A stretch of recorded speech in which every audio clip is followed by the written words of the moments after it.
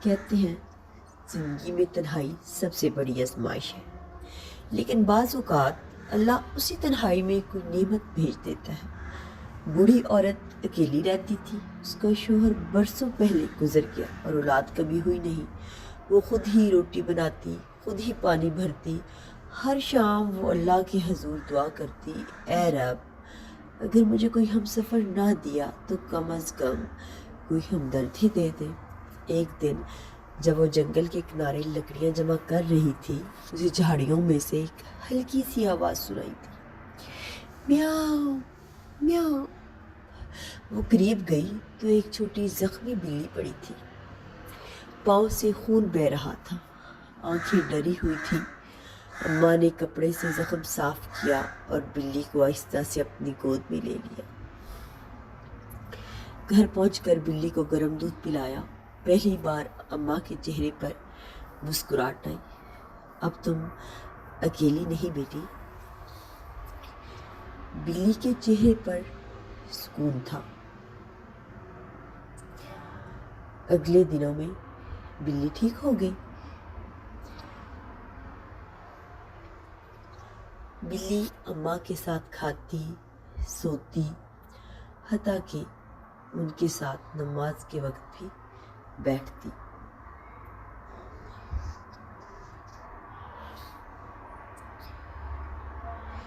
گاؤں والے کہتے اماں کو عقل نہیں رہی، بلی سے باتیں کرتی ہے، مگر اماں کہتی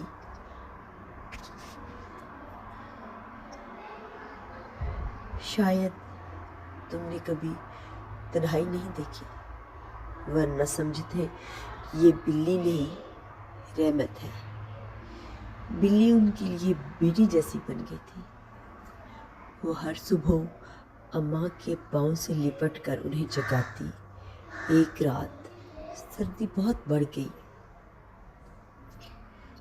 اماں کے ہاتھ کانپ رہے تھے۔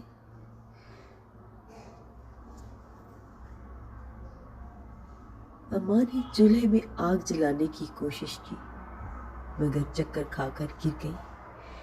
بلی بھاگی، ان کے چہرے پر پنجے مار کر جگانے لگی، پھر دروازے کی طرف دوڑ کر زور زور سے میاؤ میاؤ کرنے لگی۔ پڑوسیوں نے شور سنا، دروازہ توڑا اور اماں کو زمین پر بے ہوش پایا۔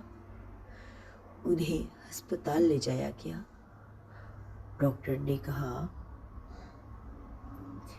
اگر بلی شور نہ مچاتی تو یہ چند منٹوں میں دم توڑ دیتی۔ سب حیران تھے۔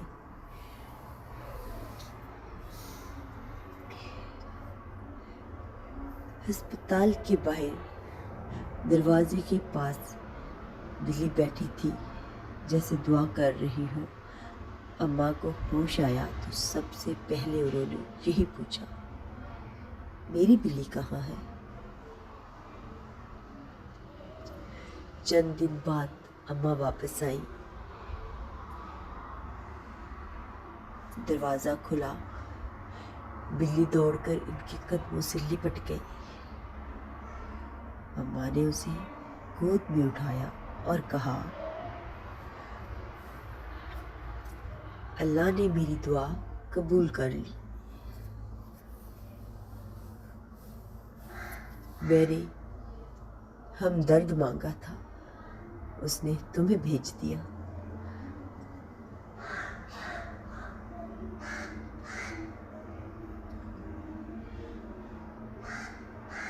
ناظرین، محبت صرف انسانوں کے لیے نہیں ہوتی، بلکہ ہر اس دل کے لیے ہوتی ہے جس میں احساس ہو۔